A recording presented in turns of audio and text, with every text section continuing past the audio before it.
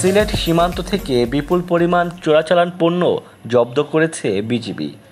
Sylhet battalion শনিবার গোপন সংবাদের ভিত্তিতে সোনারহাট, পান্থুমাই, তামাবিল, শ্রীপুর ও বিছানাকান্দি সহ বেশ কয়েকটি সীমান্ত এলাকায় অভিযান চালায়।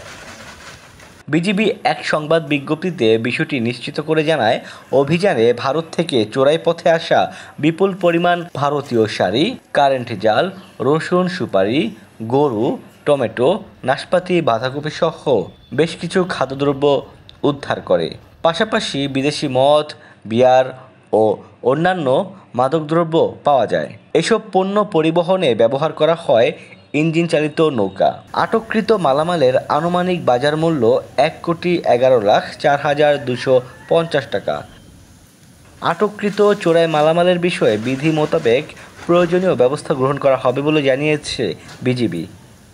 ডেস্ক রিপোর্ট, দৈনিক ডেস্টিনি।